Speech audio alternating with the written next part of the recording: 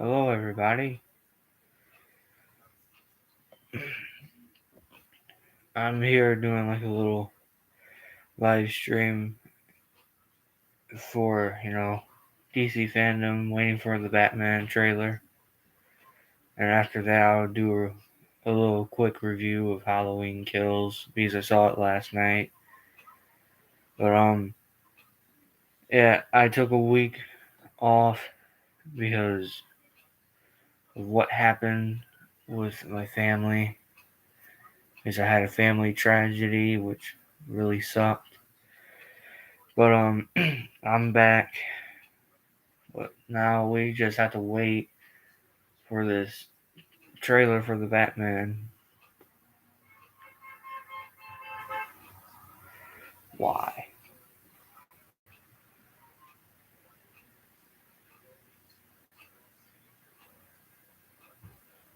So right now they're just showing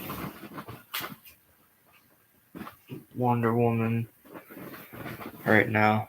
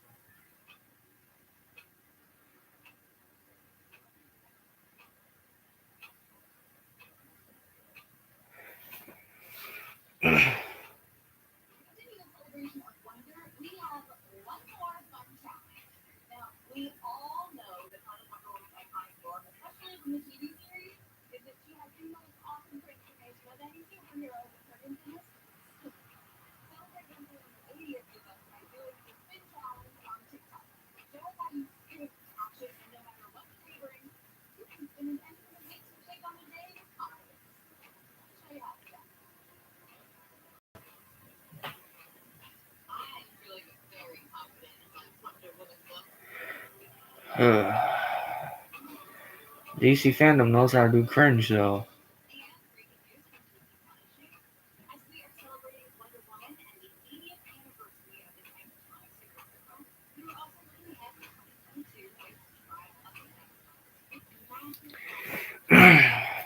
I just want to see the Batman trailer already. Can you get to that, please? Wonder Woman, she's cool, but just want to get to this Batman trailer.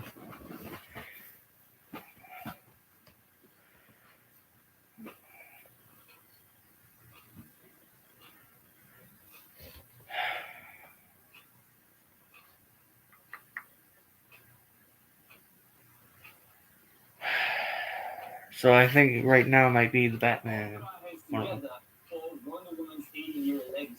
And you better believe this really iconic character is not done wowing us yet. I'm such a big fan, I've already ordered a celebratory cake for Wonder Woman's Day on October 21st. What can I say? I have a sweet tooth. And you'll have one too, thanks to our next segment, based on the critically acclaimed comic book series by Jeff Lemire. Hello, fellow hybrids and humans. My name is Christian Conway, and I play Gus on Sweet. I hope you're having the sweetest time tuning into this year's DC fandom. I'm excited to be with you all today. New Netflix show, Sweet Tooth, they're talking about right now. Let's get started. Based on the DC comic. I think I ate probably like more than 500, but I'm definitely not complaining. That was amazing. I do have a sweet tooth in real life too. So the ears are actually controlled not in post-production and not by me. It's actually a whole rig that controls them. So it starts by me putting a skull cap, which holds the wig and antlers, but the ears are actually connected to that skull cap, and the ears have wires that... I never watched the show Sweet Tooth on Netflix. Is it good? And then this puppeteer and me can work together to remote control the ears and think of cool ideas that we could do during the scene to really make us come alive. Are your ears soft?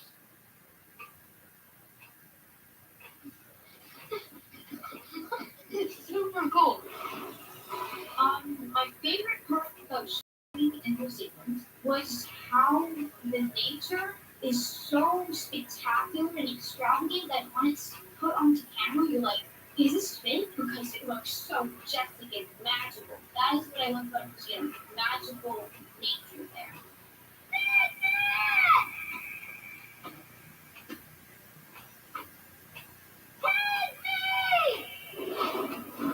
I love basically all DC characters. I love all the classics, like, for example, Superman and Flash, but I gotta give it to Sweet Tooth because I am Gus, and Gus is Sweet Tooth, and Sweet Tooth is the DC comic book, so it's pretty cool getting to bring a DC comic book to life and being on the character's day. I indeed read the comics before starting Sweet Tooth, and I loved Jeff Lemire's writing techniques and like how he really brought it alive off the page. It's so amazing comic books. It really helped me get jump started with Gus. What's the color about? Well, I know that I'm interested. I know what happens next, but I really love that.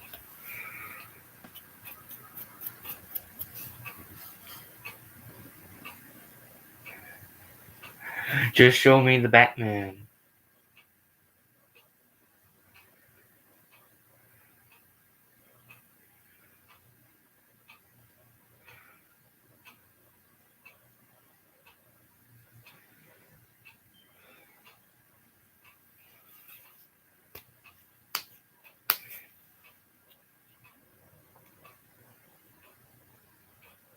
Thank you. And now that we've satisfied your sweet tooth, there's a sweet deal waiting for you over in the DC shop. It's our final exclusive drop of the day.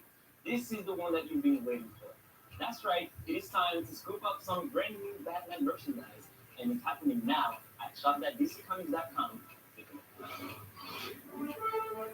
Oh, I love that shirt of the Batman. Get ready for the world premiere of the Thank you. With all this talk about Batman, we must not forget that much of the Cape Crusader's strength comes from something other than his muscles or Bruce Wayne's billions. Alfred Pennyworth has always been a huge source of support as both Batman's butler and father figure. Pennyworth, the DC origin series, answers just that, as it follows a young Alfred Pennyworth who goes to work with billionaire Thomas Wayne in 1916 London. Let's take a closer look in this DC story.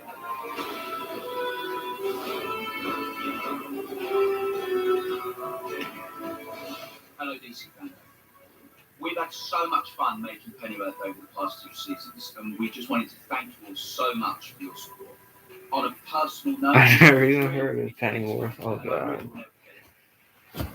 Why? Just show the Batman.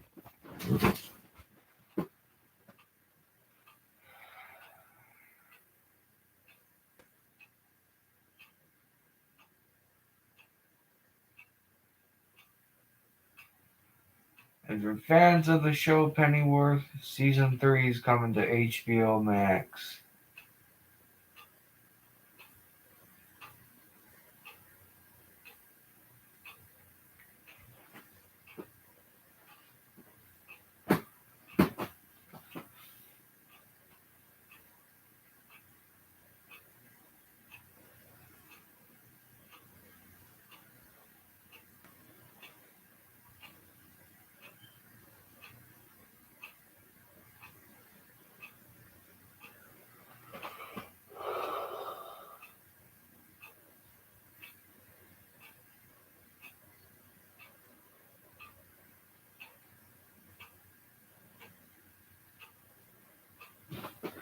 We done?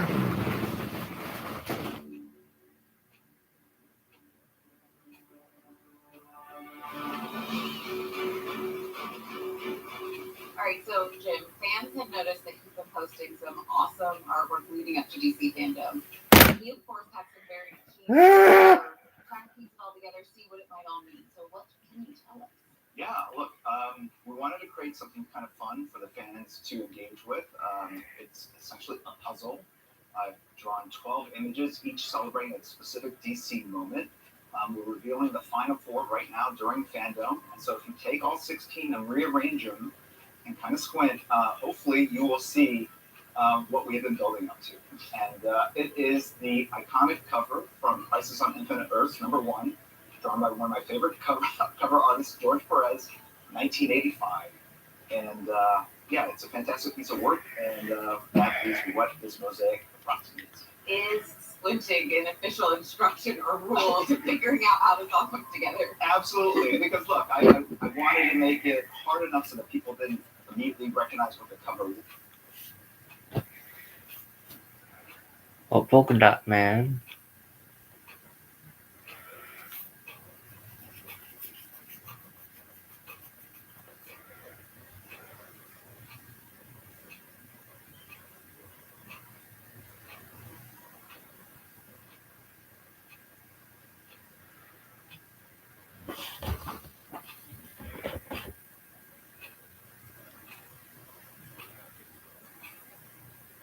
I mean, the artwork is cool.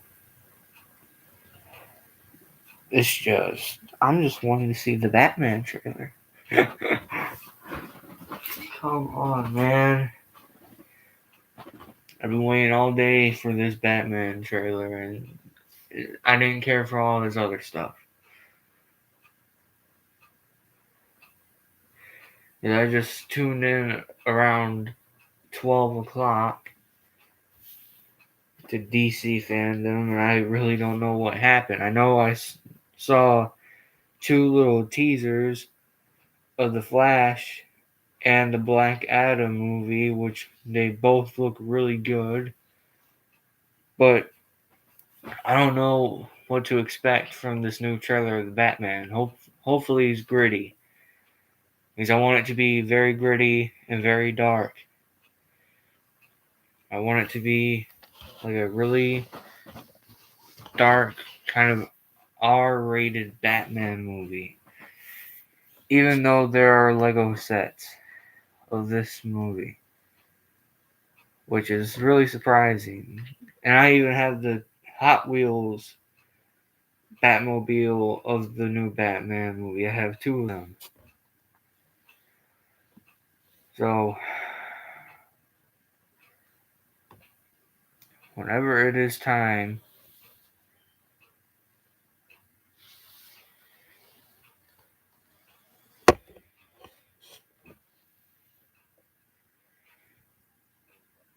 then it will be time to start.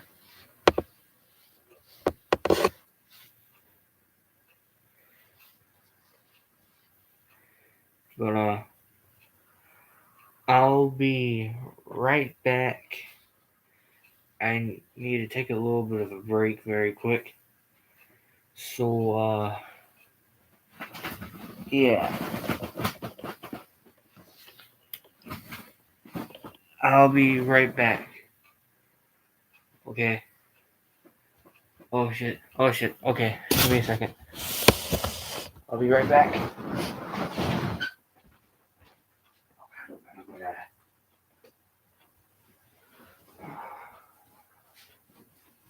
Oh, here we go.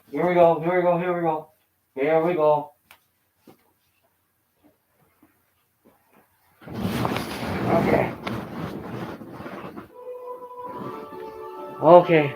Alright. Oh, it's time.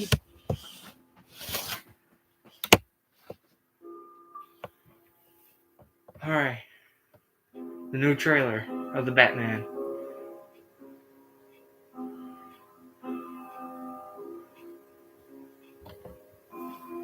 For some reason, Batman just always stood out. As one of the major characters of the 20th century, and so many people connect on such a deep level and for so many different reasons. In the first conversation I had with Matt about it, I just knew there was something radically different from anything we'd seen in Batman movies before.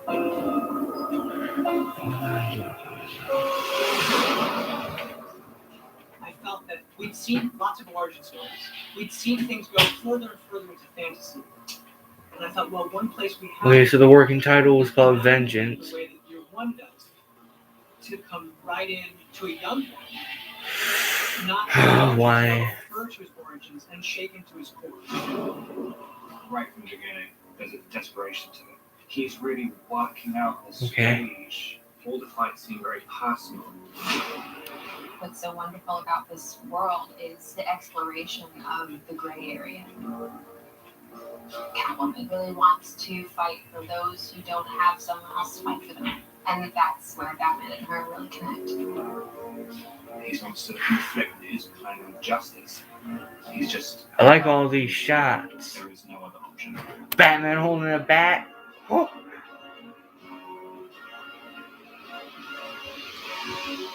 Please let this be rated R. Hey guys, so you just saw a little. Oh, this is interesting. And it feels like that was forever ago, which is really strange. And actually, as we're finishing the movie now, kind of really emotional for me to see you guys, especially after everything that's happened, and to see you now again. I feel like I've been watching your faces every day in the editorial, but now to actually see you guys is really, really great. And I gotta say, it was an amazing time making the movie with you guys, and it's really cool to see you now. Oh, and it's so exciting to see like these little snippets of the film, you know, after for us being able to step away for a while. I know you've been in it the whole time, but every time I see just a little bit, it's so exciting. You can see the progression. It kind of seems like it's getting more exciting, bigger, and kind of scary. There was just something very special and magical about the way you guys played off each other right from the beginning. And so I just knew right away, I was like, wow, there's just a really neat, like I know you guys are friends. And so there was a great chemistry right from the beginning that I just felt like there was a connection, which you naturally had. And I feel like when we were filming, obviously that came out more and more. I mean, do you guys remember when we were doing that crazy sort of, I guess, screen test, I guess you would call it? You know, when you guys... I definitely remember because that was basically my audition, right? You know, Rob was already cast, and that was my audition, and I was really nervous, and I remember you gave me like a... If you hear music in the background, that's just my sister playing music. They were like, here's this helmet, you know, and you have to like walk out, and you take the helmet off, and you do the scene, but it's like sometimes really hard to look like cool when you're taking off that, like, you get stuck, and I was like, this is how I lose the part. I lose the part because I can't take off that helmet. And it was just the opposite. Do you remember your first day, Rob, when you were wearing one of the actual bat suits? When Rob and I first got together, like, we had all those conversations, and then just by virtue of what it is, it's Batman, it feels like, well, we always do like a screen test, which is so, like, you know, kind of the same thing you guys did. Rob did first by himself and literally was wearing, I believe, Val Kilmer's bat suit. Yeah. Which, by the way, like, the moment you put it on, like, that was kind of a crazy moment. It was crazy, but I remember putting it on and thinking that this is impossible. This is going to be absolutely impossible. I remember you saying, like, because I guess just trying to move. I mean, wearing a kind of 2-inch thick rubber suit or latex suit and being incredibly nervous and full of adrenaline the whole time. I remember we did like 2 takes, and you were just saying, what can we do about this sweat? And I was like, nothing. There's nothing that can be done. I have to be drained of liquid. The other thing that I remember too, which is cool because it informed the movie, is at the end of that costume test, when you came and you put on the eye makeup and began the transformation, that moment for me, that was when I was like, oh my God, it is so you. Like, it was just such a cool, and I remember you saying afterwards to me, you were like, I don't know what I just did. I said, it was amazing, which it was. It was really, really cool. But I really did think, oh my God, this version of this character, this guy who's sort of almost like, if you think of Bruce Wayne as like a recluse rock star in a decaying manner, there's this part of me that so saw you as that, and I had no idea that you would be interested in playing the role at all. And I thought, what if Rob doesn't want to play Batman? This would be a disaster. And then it turned out that you completely on your own had a whole path to the same thing, which is that you had been obsessed with Batman for years, and when you found out that we were doing this version, you were very interested. So it was one of those things that for me felt really kind of lucky and fated, and then when we met, I really felt that connection with you where I felt like, oh, we're going to be able to find something new with this guy and do something really special. But for me, you were always that version of what I saw in the page, and that was about trying to create a new version of Bruce. He doesn't have as much control over his personality. Like, the delineation between when he's Batman and when he's Bruce is not so clear. And other kind of iterations of it, he really knows what he's doing when he's putting on Cal, and I kind of really like this idea. It's a little bit out of control. He hasn't completely defined what Batman is, and it's kind of he gets lost in it. Whenever he's putting it on every night, and it's kind of he's not sleeping, and he's becoming this quite sort of odd creature. Like just finding the right, literally how to move as Batman, how to talk as Batman. I mean, that was what was fun for me even when you guys first met up. I was like, oh, so this is the rhythm of what it'll be like when you guys talk to each other. Like even something as simple as that. And like the way you came in with, like you had for me, so you had an attitude that was so Selena, right from the way you came in. I'll be right back. Obviously, understand the gravity of the character like this and what she means to so many people, but I'm gonna get a what quick felt drink. really important was to really I'll be right focus back. on the story that we're telling in this moment, and to try and create something. I don't want her to be an idea. I want her to be a real human being in a real situation, in a real city, trying to survive and reacting to her own pain, and her history. So I really, really focused on this particular story and this particular moment in this woman's life. I think it was about trying to find a way, again, as Zoe was saying, to ground her so that she felt like she had an emotional journey that made sense for who she was, that ended up being Selena Kyle, but was one that we hadn't seen before, and yet some ways it does connect to the comics. I mean, that's the thing that should be fun to share with an audience, is that there are a lot of iconic Selena Kyle aspects to the story, but I don't think any version of any of the Batman stories that have done any Selena stuff have done it in this way. Because this is the foundation that we're setting right now, right? Like as we move forward and see her become Catwoman, that heart and that humanity will always be there. So we debuted our first trailer for DC Fandom. I want to say thank you for the great response. Oh my god. It's time. Okay, enough from us. Here's what we've been waiting so patiently for. It's the trailer for the Batman. Here it is. Here's the trailer.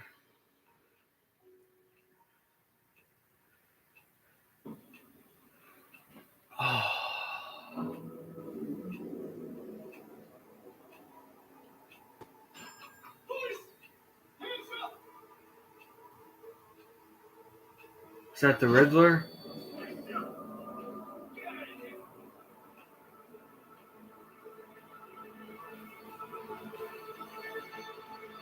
Oh, that's cool. Fear is a tool. When that light hits the sky, Dude, he's looking good as Batman, man. it's a warning. Damn! Oh! Damn! He electrocuted that dude's neck!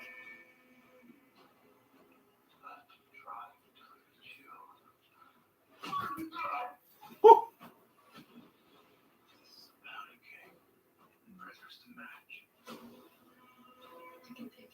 Catwoman, Penguin, Alfred. I don't care what happens to me. It's only going to get worse for you. Oh my god!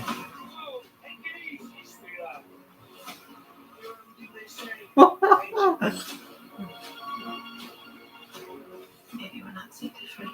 I love that shot. Who are you in there? Damn!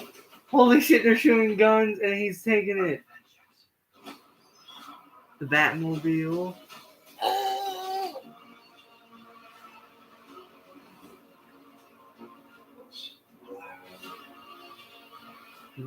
Damn!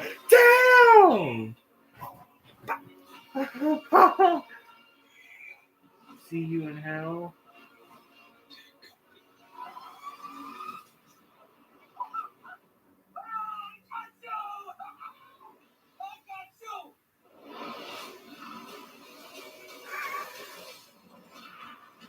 You got who now, Penguin?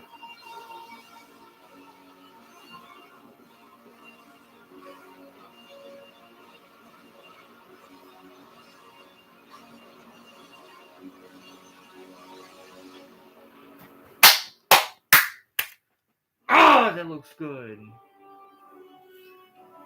Ooh! And that's the way to drop the mic and end the show. Wow, amazing. On behalf of Warner Brothers and DC, thank you all for watching. This has been a super. Oh, that was good. That was a good trailer. That was really good. Now for a quick review of Halloween Kills. I saw Halloween Kills last night, and I thought it was really good. The kills were really amazing, though. Spoiler: there's one kill that this one guy had like this telescope thingy, like those doctor things, and he was strangling Michael with it. And Michael gave him a look like, "Are you serious, bitch?" And he stabbed him right in the eye. And I thought that was the most funny shit ever. But man, the kills were epic. There were some writing issues, but overall the movie was good, and I really enjoyed it. I give it a 9.5 out of 10, and I would highly recommend you to go see it in theaters because that's the way it deserves to be seen. But anywho, I'm out of here. You all have a good day, and I'll see you all later. Take care.